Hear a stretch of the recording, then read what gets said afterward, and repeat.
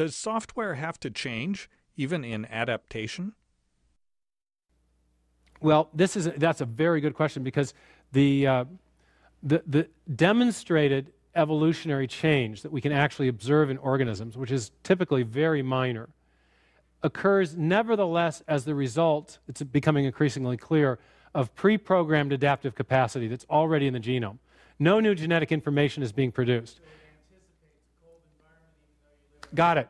You have literally, there's a cell biologist at the University of Chicago named James Shapiro who studied this phenomenon very carefully, and he talks about the cell's adaptive capacities under algorithmic control.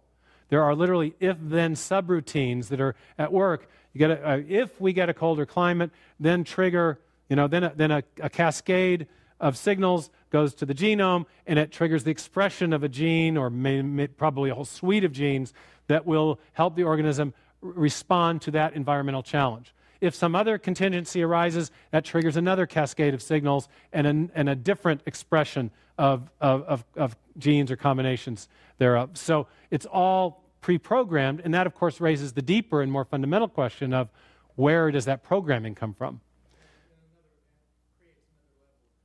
Absolutely. Let me, and building off of your question, let me just give just another sort of wrinkle on this case for ID. I have a colleague that retired from Microsoft for a couple of years to work with us in Redmond at our lab, at the Biologic Institute. We have a lab under that title. And he would say he retired from Microsoft means I think he was about 38 at the time. Okay, and he came to work with us. He was an elite-level Microsoft programmer, one of their top 100 guys in the company. And he wrote 10,000 lines of code for us, simulating what's called gene expression, what I showed you in that animation clip. And what's going on in gene expression is you have information in DNA, but you also have a whole complex information processing system that is being executed by protein complexes of various kinds. Now, my colleague walked into my office one day and threw a book on my desk called Design Patterns. It's apparently a standard manual for software engineers. And when he threw the book on my table, he says, I get an eerie feeling that someone figured this out before us. And I said, what do you mean? He explained to me first what a design pattern is. It's a term of art in software engineering for a functional logic, a functional solution to a particular kind of problem, particularly a problem in information processing. Then he said, what I'm discovering as I'm learning molecular biology from your scientists is that all the same design patterns are at work in the information processing system that's at work inside the cell, as we have recently devised in modern digital computing to work inside a computer environment. And then he listed some. I didn't even know this, but he said, did you know that there's a hierarchical filing system inside the genome that, where you have files within folders, folders within superfolders, folders with superfolders within super-duper folders, just like we use on the laptop computer, the desktop. There's a spell check, something that is functioning to do error correction when you have incomplete, inaccurate replication of information to restore the fidelity of the original sequence. There's nested coding of information embedded in other informational sequences, dual messaging. He went and listed all these functional design patterns at work in the cell, and then said, I get an eerie feeling that someone figured this out before us.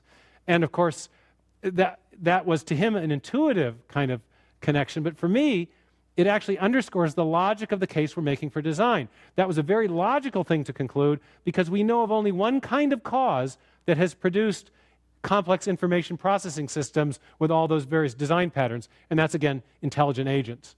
So when we encounter that kind of an effect, it's logical to conclude the only known cause that produces that effect, again, intelligence. So the case for design actually gets deeper all the time as we learn that not just the molecular biology 101 I shared today, but all the things we're learning about the organization of the genome and the complexity of the information processing system.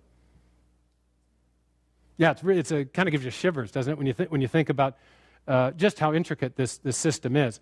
Well, people often say complex, but it's an integrated complexity, the kind of complexity that engineers design. Yeah. Other questions? In a college classroom, how will the origin of life be presented? What they'll do, it's not as good as the 3 reasons I've X'd out. They'll go back, and what you'll probably encounter is Stanley Miller's famous experiment, 1953, where this is what's in most high school biology class or textbooks, and also in most of the college textbooks. Usually the science in college, say in molecular biology textbooks, is just exquisitely good, except for the very first chapter or the very last chapter, which is where they put the evolutionary story, which supposedly explains the origin of all these intricate molecules and molecular systems. And of course, it doesn't do anything like that. What you'll often find is an explanation of Stanley Miller's experiment, which rendered plausible the idea of chemical evolution, producing the first life through a series of chemical reactions, or at least so it's said. Miller's experiment was 1953. He zapped some simple gases with energy from an electrode and produced some amino acids in a chemical trap at the bottom of his apparatus. People got very excited because amino acids are a constituent part of proteins. But 2 problems with his experiment that have made it almost completely irrelevant to the real problems in origin of life studies. Number 1, amino acids do form if you zap certain gases with energy. Okay, but the gases that form we now know not present in the early Earth's atmosphere.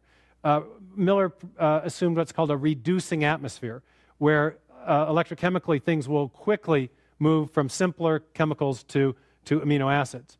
But he thought he was simulating the early Earth's atmosphere, and he chose gases that we now know weren't present. If you choose a more realistic combination of gases, you don't get amino acids, you get a chemical sludge. But an even more important problem was that amino acids do not a protein make, and that was the illustrated with our snap-lock beads. Amino acids are just the constituent parts of proteins. You still have to get them to link together, and even more importantly, you've got to get them to link together in the right sequence. You don't win the Scrabble game by just having a pile of letters on the side. You've got to arrange them, and it's the critical question, again, is how do those constituents of proteins and DNA molecules get arranged? That's where I think intelligence comes in. So actually, you're not going to, what you might hear about is something called the RNA world. I discuss that at great length in the book. What I try to do in the book, using this method of multiple competing hypotheses, is address all of the current explanations that have been proposed and show how they break down, especially as explanations for the origin of information. So get my book and you'll be all up to speed and no one will be able to challenge you. Or they can, but then you'll be able to answer back persuasively.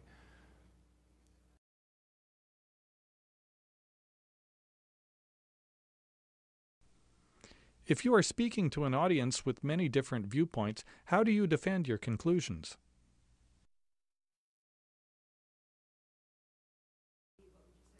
Right, very good question.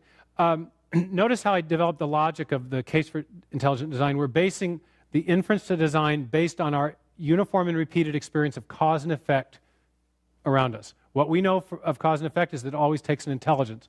So the formal theory of intelligent design gets you that far. It allows you to conclude that a mind of some kind was responsible. Now there's a place for philosophical deliberation. There are 2 key possibilities. Either the mind that was responsible for life is immanent and within the cosmos, or it's transcendent and beyond the cosmos. I'm a Christian and a theist, and I hold to the latter view. I think that the mind responsible for the information in DNA is the mind of God. So 2 things follow. Well, and I have some reasons for holding that view. One, I have a lot of reasons, but some of them are scientific. One is that if you posit an immanent intelligence, which some evolutionary biologists have done, Francis Crick, for example, for a while floated the idea that maybe there was some kind of space alien that was responsible for seeding life on Earth, because there were so many conditions that had to be met on Earth that the odds of producing life on Earth are nearly infinite, and therefore it would have been a near miracle, he said. So he proposed a kind of design hypothesis that involved life being seeded from outer space. There's a big problem with that, though. The fundamental first step in all evolution is getting the cell in the first place. And the critical thing that you can't, that hasn't been solved is the problem of getting information to run all the cellular processes. If you can't solve that problem on Earth, it doesn't get any easier by kicking it out into outer space. You've just pushed the question back one generation. It's not fundamentally a problem of the particular chemical conditions on Earth. It's a problem that chemistry and physics do not produce information. And chance doesn't seem to have been enough events for chance to have done it either. So I think that answer is very unsatisfactory. But beyond that, I think there's compelling evidence of design, not only in life, but from the very beginning of the universe, in the fine-tuning of the initial conditions of the universe, the way all the matter was structured at the beginning to allow the universe to develop into the universe we have today with stable galaxies, and also in what are called the anthropic coincidences. They're called the fine-tuning parameters. All the fundamental constants of physics seem to be very delicately balanced to allow for the possibility of life. The expansion rate of the universe, the force of gravitational attraction. There's about 35 parameters that are just right. We're the Goldilocks universe. Not too hot, not too cold. It's just right. And there's a very compelling design argument that's been made from that evidence that I think has a lot of force. And the thing to observe there is that evidence of design is present from the very beginning of the universe. It's built into the fabric of the universe itself, and is therefore not something that any designing agent within the universe could be responsible for, but rather that seems to point to a transcendent form of intelligence. So I hold that the theistic design hypothesis provides a better explanation of a whole ensemble of scientific discoveries that have been made over the last 100 years. But that's in a sense, a one higher level of inference above what I've addressed today, which is just looking at the scientific question: is life better explained by an undirected process or by a designing mind? One other thing to say about that is I often say that the case for intelligent design is based on scientific evidence. It's based on an established method of scientific reasoning, in fact, the very one that Darwin used, but it does have theistic implications. It does have implications, philosophical implications, that are friendly to a theistic worldview. So it's a theistic-friendly theory. And that's the way I think of it.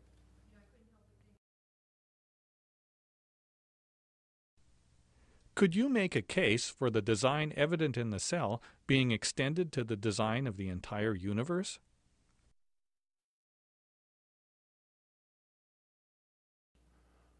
Well, you have design at multiple levels. You see it at the fine-tuning of the laws of physics and chemistry and the initial conditions of the matter at the very moment of creation. You see it in my colleagues Jay Richards and Guillermo Gonzalez have written this wonderful book called Privileged Planet. At the planetary level and the galactic level, it turns out our planet's in just the right place. It's a galactic and circumstellar habitable zone.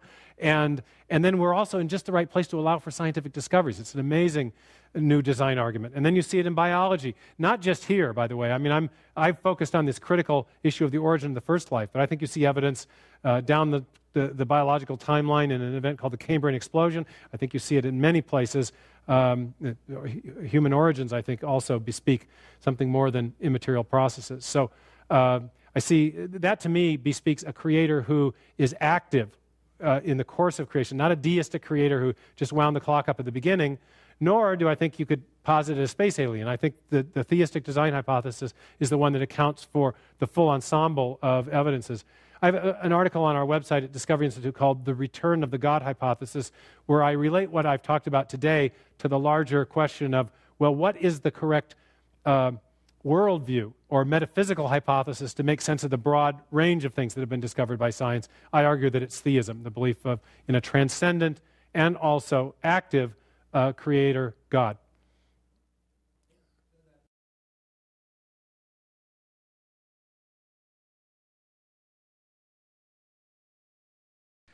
Intelligence and information is one area of design, but what about the energy necessary to utilize the information?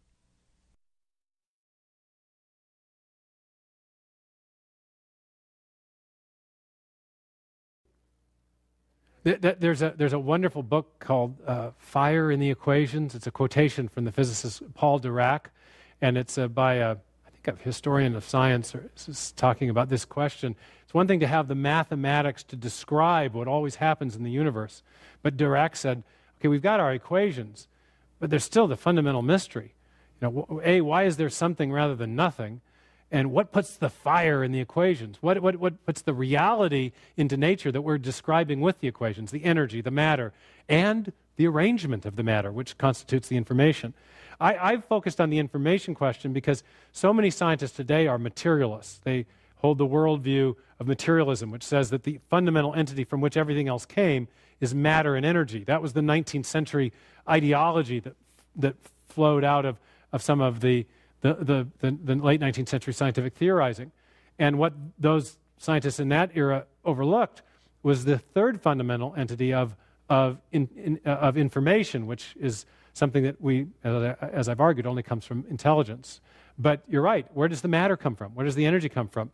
When Stephen Hawking, the famous Cambridge physicist, solved the field equations of general relativity, Einstein's famous equations describing the dimensions and characteristics of what they call space-time, he showed that if you go far enough back in time, the gravitational curvature of space-time gets so tight that it corresponds to a volume to zero spatial volume. Curvature gets so tight that you get back to a true singularity. And I used to ask my students, how much stuff can you put in zero spatial volume? You know, the new physics, the new cosmology, I think has profoundly anti-materialistic implications. And it speaks to an event that requires everything physical, everything energetic, everything matter and energy-ish to come into existence suddenly from nothing physical. It's like the medieval doctrine of creatio ex nihilo being revived by modern discoveries in physics and cosmology.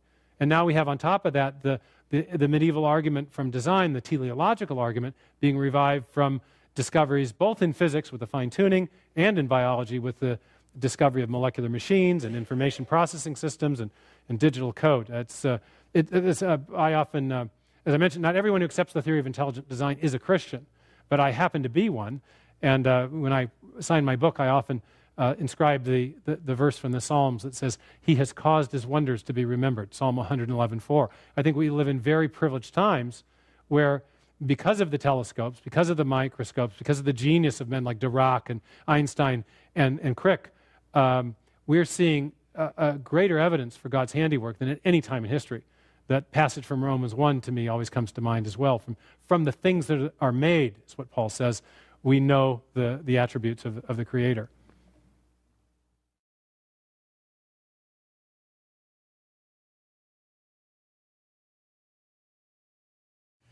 Well, I'm Chuck Missler, and I have the privilege of having you participate with one of those rare moments in life. You know, we love to fellowship with Christians, and we also like to learn from profound minds, and it's refreshing to have a profound mind that's a Christian join us. And I'm joined in this little chat with a dear friend, Stephen Meyer, and I want to welcome you to our little setup here. Chuck, it's awfully nice to renew acquaintances and to be back with you. Yeah. And it's interesting for me because I pick up tidbits here and there and I lean on those in our materials, but now I have a chance to have a bona fide, real expert in these areas to ask some questions. And I really appreciate your latest book, The Signature in the Cell. And I think many of us probably, to a fault, take for granted the evidence of design thus a designer. As Christians, we sort of start from that, and in some respects it probably puzzles us to see the apparent ignorance that is articulated by people who presumably have far greater minds than we have. In the scientific world, to hold a commitment to intelligent design puts you in a minority, doesn't it? It does indeed. Although the evidence, as it's stacking up, becomes more and more and more compelling, and the movement of scientists who are seeing this evidence, I think, is growing rather rapidly. So for 150 years since the publication of The Origin of Species, it has been the conventional wisdom in science that Darwin explained away the appearance of design, the illusion of design. There's not real design, there's just the phony appearance of it that's been produced by this undirected mechanism of natural selection. That consensus, I think, is starting to break up, largely because of what we've discovered in the inner recesses of life, in the smallest unit of life inside the cell, we're discovering this fascinating integrated complexity where you have miniature machines, circuits, and what has fascinated me for now almost 25 years is the discovery of digital code, of information in molecules. That moves right into my lap. I appreciate that. For our audience, you should understand that thanks to Michael Denton back in 1986 and his book Evolution, A Theory in Crisis, that was one of the first that I'm aware of scientists, an evolutionist, that declared in publication that evolution no longer is a viable explanation for what we've discovered about our universe. And then he was followed up by three others, Michael Behe, who sort of introduced us this idea of irreducible complexity. And then we have Philip Johnson and Darwin on Trial. His book Darwin on Trial, right? And these minds, not necessarily Christian, just clear thinkers, have just revolutionized the landscape. And one of those, that caliber, is Stephen Meyer in his book Signature in the Cell and so forth. So it's a privilege. You know, it's one thing to have an old friend here. It's quite another to really, you bring credibility to our platform. I appreciate you being here. And I have some questions. See, the minute you start talking about digital codes, you better be wary of that credibility. Yeah, I know. That moves into an area that I really have some background Yeah, in. you absolutely do, Chuck. And the thing that really blew me away is the discovery, for me at least, that the DNA is a 3 out of 4 error-correcting code. Now, anyone that studied coding probably may not be aware of the fact that designing an error-detecting code is tricky enough. Designing an error-correcting code, there's probably not one engineer in 1,000 that knows how to do that, and yet we find it. Now, I understand, too, this DNA code is in all life, not just mammals, not just human life. It's in tree, it blossoms and leaves. It's everywhere there's life. It's the same code. Well, there's an important distinction to be made as we use these metaphors of code and text or genetic message. The distinction is between the sequence of the chemicals that function like alphabetic characters in a written language, which we refer to as genes when they code for proteins, and the code that converts that text into a protein. So there's both a text and a code, a symbol convention and an actual genetic text, now, just as we have in a software program or in written language. And tell our gang a little bit, too, about this whole business of the non-protein elements, that what used to be called junk DNA, that constituted a significant portion of... Well, yeah, that's something. In the book, I make the case for DNA based first on what I call molecular biology 101. Just the basic understanding that came first with Francis Crick, that along the spine of the DNA molecule, you have these 4 chemicals called bases that are functioning just like alphabetic letters in a written text or digital characters in the machine code. And I talk about Bill Gates' observation that DNA is functioning like a software program, but much more advanced than any we've ever created. We know from experience that programs come from programmers and that information generally comes from an intelligent source. That's the kind of first pass of the argument. Therefore, the discovery of information in DNA points to an intelligent source. But beyond the information, just the linear array of information, we also have a complex information processing system in the cell that is using that information to construct proteins. And as we learn more about that processing system, we've learned that even the sections of text in the DNA molecule that were thought by the Darwinists initially to be non-functional, nonsense, or what they call junk DNA, turn out to be importantly functional.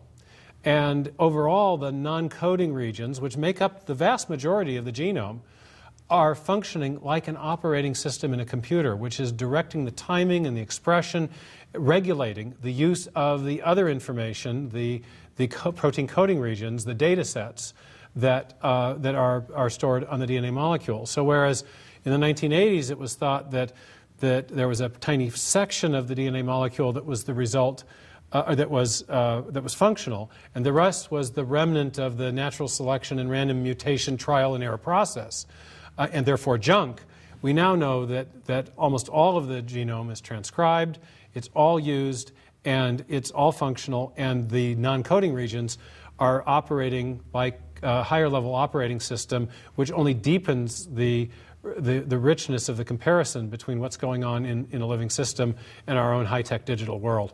Yeah. Am I correct that there's actual editing going on? I mean, the introns and all that? Is that Absolutely. That's part of the information processing system. There's portions of the genes that are snipped out. It's kind of, a lot of it's done on a needs basis. It's one scientist says it's under algorithmic control. There's if-then subroutines going on, so that if the part of the genome that is expressed is the part that is needed given the environmental conditions that the organism finds itself in. See, for me, that has staggering implications, because the difference between a very complex calculator and a computer, and when we say computer, what we really mean to imply is something that is built to what's called the von Neumann architecture. They've had calculators, adding machines, whatever, for years. What made the computer distinctive was that the computer would modify not just data, but it could modify the codes. And that's what we call in the memory, you can have data, of course, and you can also have programs. And the computer's ability to modify the programs is what distinguished it from simply a very complex calculator, so to speak. And the fact that that was the big breakthrough from Second World War on, in terms of the emergence of what we call today, and we take for granted today, the von Neumann machine. Well, it's startling to realize that we've got that kind of thing going on. We actually have the sequences themselves being modified by the machinery. According to the needs of the organism in different environmental contexts, exactly. And I guess this is where I have great difficulty. And by the way, von Neumann, you may know, was was profoundly skeptical about Darwinian evolution. And he wrote an important paper in my area called Analyzing the Difficulty of Producing a Self-Reproducing Automata, which is exactly what a living organism is. It's one thing to have a program. It's another thing to have a program, or it's one thing to have a machine. It's another thing to have a machine that can make itself. And what von Neumann did was look at the minimal informational requirements that would be necessary to have a machine that was capable of producing itself. He realized that reproduction of form and function required some kind of code or information to transmit the knowledge that you have, the know-how for a machine to rebuild itself.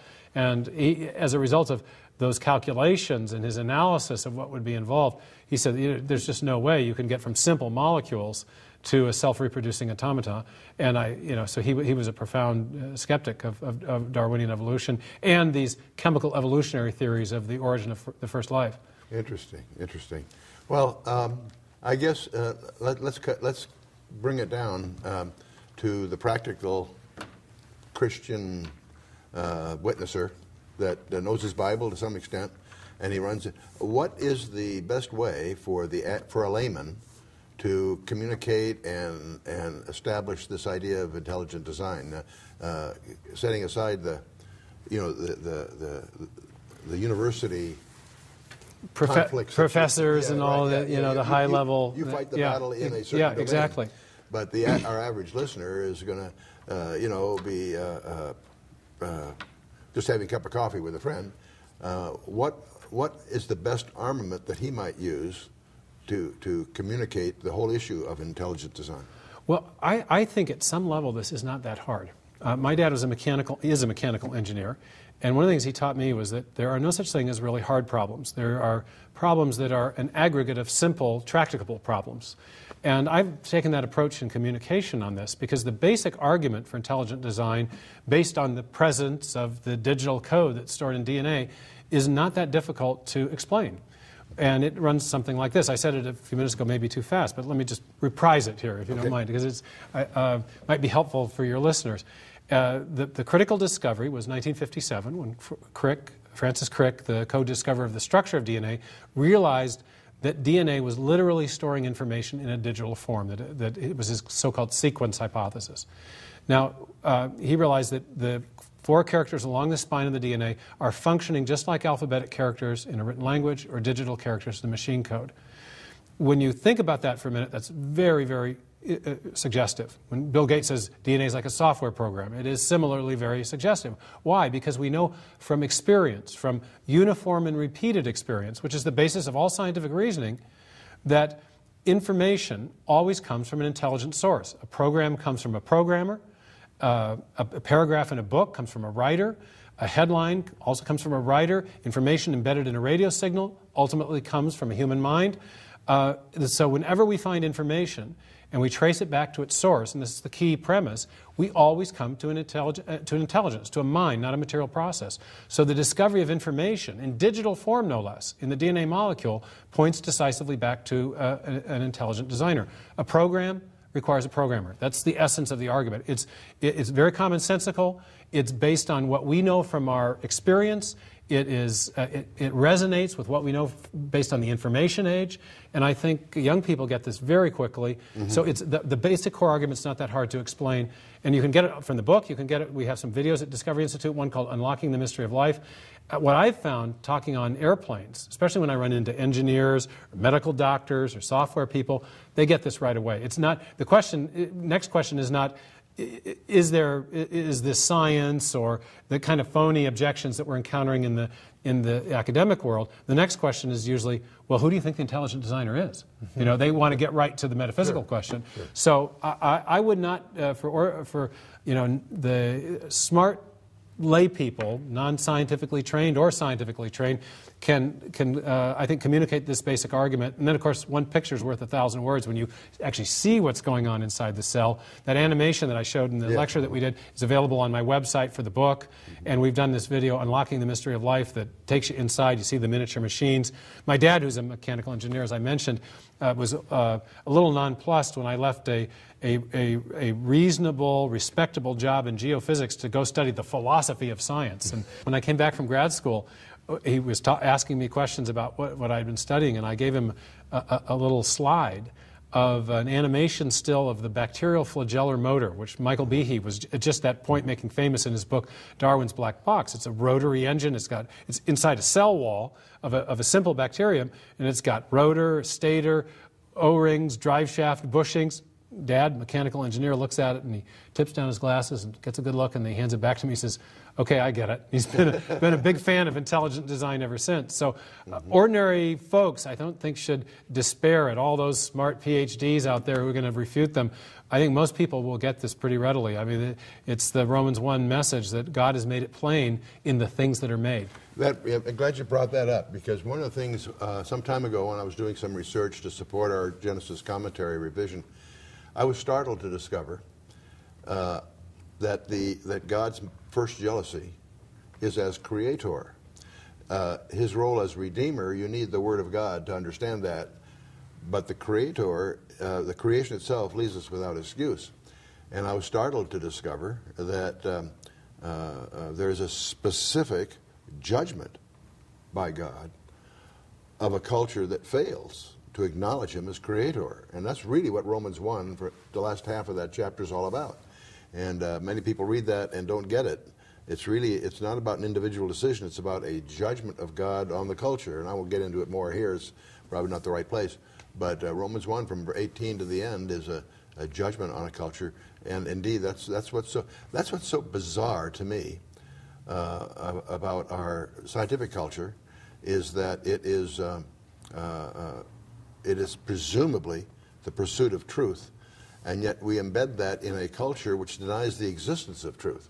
And that contradiction is reaping its whirlwind through our culture. Well, and it has to do with the terms of engagement that are allowed in the scientific world. Since about the time of Darwin, in the late 19th century, science adopted a new guiding principle, a new rule to guide its investigations. The time of Newton and Galileo and Kepler, they were seized with the notion of design. They had a watchword, or in the period of the scientific revolution, it was intelligibility. Nature is intelligible because it's the product of a rational mind, and therefore we as rational minds can understand it. And that's what makes science possible. And so they presupposed intelligent design as the basis of doing science. They also found specific evidences of it when they went out and did this science. Newton, in his book on the optics, writes about the exquisite way in which the eye is optimized to take advantage of the properties of light, which he says is evidence of an intelligent and powerful being. Same thing in the introduction, the general scholium to the Principia, where he lays out his theory of gravity. He starts by making a design argument about the fine-tuning of the planets and the way they all are balanced so beautifully. But by the late 19th century, we get scientists saying, hey, if you're going to be a scientist, you have to limit yourself to strictly materialistic explanations. We can't consider the design hypothesis or the God hypothesis. And so... that flies so much in the face of our current technologies. We've got the super collider going on where they're trying to probe, but we've got... I was fascinated by this GEO 600 thing, where you've got a scientists are trying to find gravity waves, and now they find that the noise that they're encountering may be evidence that the universe is really a hologram. You know, they're clearly dealing in terms that go far beyond replicatable experiments. Well, and there are. This is one of the problems with the claim that intelligent design isn't science. It's fundamentally based on this premise that if you're going to be a scientist, you must limit yourself to materialistic explanations that refer only to material entities. But see, that's all based on the theory that our physical universe is some kind of an end-all, and then yet we find now scientists concerned because the constants of physics apparently aren't constant, and the implication of that is that our physical reality is but a shadow of a larger reality. Well, the minute, as a scientist, we acknowledge the existence of a reality beyond our own, the limitation of that tends to, it's an inappropriate constraint. It's exactly right. Exactly right. It's the constraint that's the problem, because we'd be content with the majority of the scientific community simply to acknowledge the possibility of something beyond matter and energy as playing a role. But the rules of the debate are set up so you have to, if you're going to be a scientist, you can't talk about intelligent design. You can't talk about anything that involves mind or purpose or intelligence or conscious activity. But what if the kind of evidence you're seeing points to that as the only known cause of that kind of evidence? That's exactly what we think is going on with information. Information always arises from an intelligent source.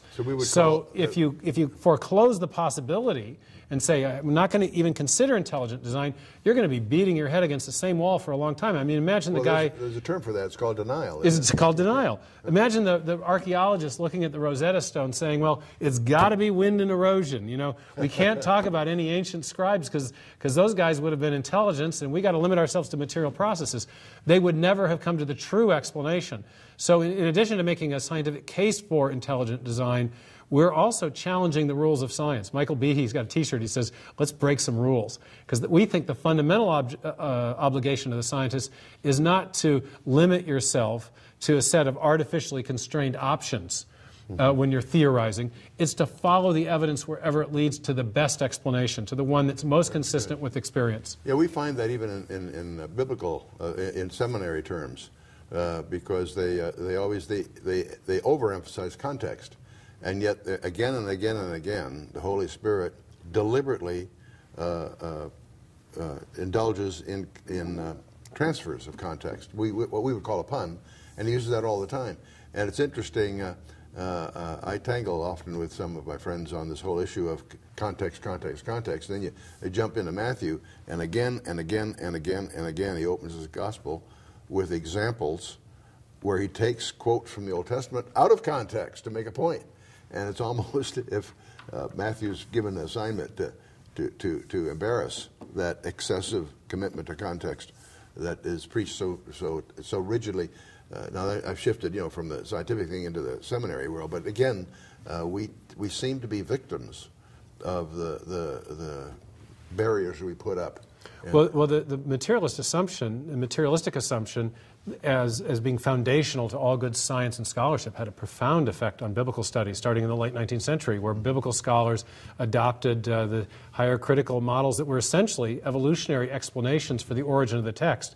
Wellhausen and his JEPD documentary hypothesis, that was the idea that You know, you couldn't have a text that old that was recording historical events accurately, so it must have evolved through a long process of accretion, and then we find that the testimony of, say, the patriarchal narratives are spot on with the historical evidence that's coming to light, and there's no way that someone could have known that 100 years after the fact. So the materialistic assumption about the origin of the biblical text, that it was evolved as various editors redacted it, it had no inspiration or reflection of actual historical events, turns out to be starkly at odds with the actual evidence. Well, not only that, it's also a form of denying Christ, because Jesus quoted from each of the 5 books and attributed it to Moses, so that the Wellhausen hypothesis is clearly anti-biblical, not just different. It's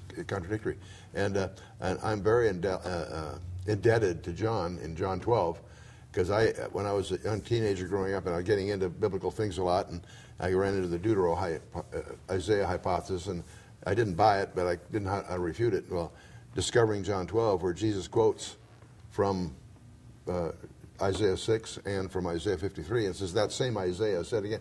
He in just one. See, I'm convinced that that the Holy Spirit has anticipated in advance every conceivable rebuttal people come up with, and the Deutero-Isaiah thing is crisply, cleanly, the rug's pulled out from under it. And the same thing with the so-called documentary hypothesis. But and again, that's one of my preoccupations, is the realization that the whole thing evidences design. Every number, every place name in these 66 books, even though they're spread over 2,000 years by 40 different guys, that there's evidence of design, and that's something you can prove.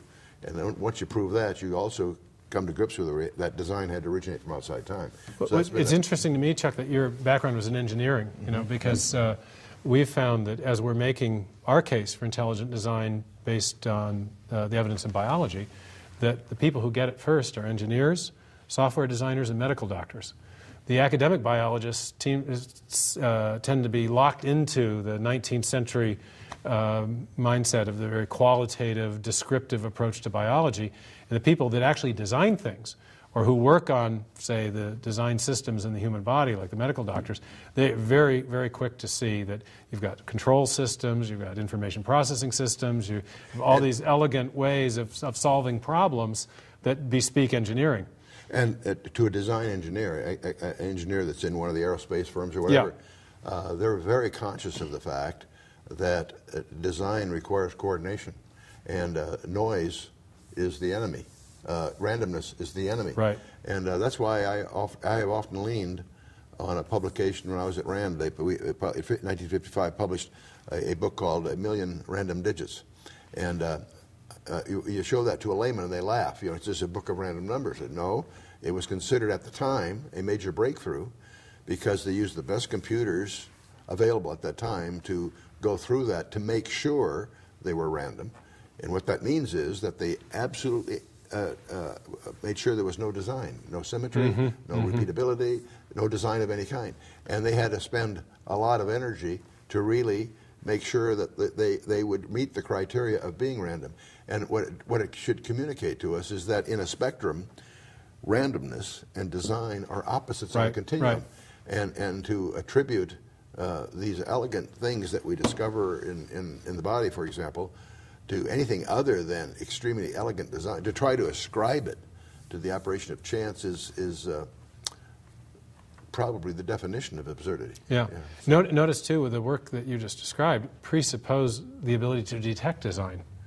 And that makes design a properly... Once you... And my colleague, William Dembski, the mathematician, in his book, The Design Inference, which was published at Cambridge University Press, contrary to all the people who say that ID people don't have peer-reviewed publications, but that was one of his insights, that design is detectable and there are criteria by which we routinely recognize the products of intelligence in the echo of the effects. And the critical criterion, in brief, is information. It's specified or functional information. And when you find that, bingo, you know mind was responsible. So And what I've done is, in part, develop my own criteria by which we detect design, and in part apply Dembski's to analyzing the DNA molecule and showing that the criteria by which we'd recognize design in any other realm of experience are present in spades in this artifact, in this biological system. And therefore, if we apply the same logic that we would apply if we were doing the kind of analysis that you just described, we'd come to the conclusion that an intelligence had played a role. It's special pleading that you have to do in order to get around the conclusion of design. And that actually takes us back to that rule of reasoning that the scientific community is hiding behind now to say, hey, we can't talk about this, that's not scientific. Mm-hmm. Mm-hmm. Well, I'm also always amused, I forgot where it first came up, but the story is one of an astronaut that first lands on, say, the planet Mars, and as he walks, he looks through the dust and he pulls out a wristwatch with the numbers and so forth, and what do you conclude from that? You know, obviously that didn't evolve. It meant somebody was there. But in other words, somehow confronted with an anecdotal situation like that brings it into focus that there's just no way that a watch with its hands and its ability to keep just something trivial could, if you found something like that in a... that's the other thing, by the way, that I think is useful, is the whole issue of the SETI experiments. The search for extraterrestrial intelligence with the radio telescopes and all that. Yeah, and the Drake formula. You know, right. I got interviewed about that here recently.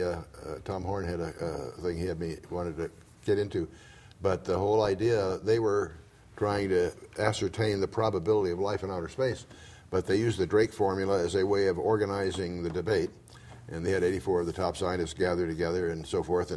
But what's interesting, as they debate, they're really establishing the uniqueness and the impossibility of design happening by accident. Yeah. And it's very... Because all of the variables in the equation are actually constraints that would have to be met in order for life to arise. And so it's interesting to read the proceedings because they inadvertently are building the case that life is unique and distinctive and so on. But that's where, you know, the other thing I think we both share, the pleasant surprise by the Privileged Planet, it's Gonzalez and Richards? And Richards, yeah. That, when I first ran into that, blew me away, to realize that not only was the universe designed for man, the anthropic principle that most of us are familiar with, but the fact that it was designed to be discovered. You might summarize that for our... Well, it's a fabulous book that came out just a few years ago from Guillermo Gonzalez, who was an astronomer at Iowa State at the time, and a philosopher named Jay Richards, both of whom are also colleagues of mine at the Discovery Institute. And they enumerated all these various fine-tuning parameters that are necessary to create a life-friendly, a habitable planet. And there are an immense number of constraints that are involved.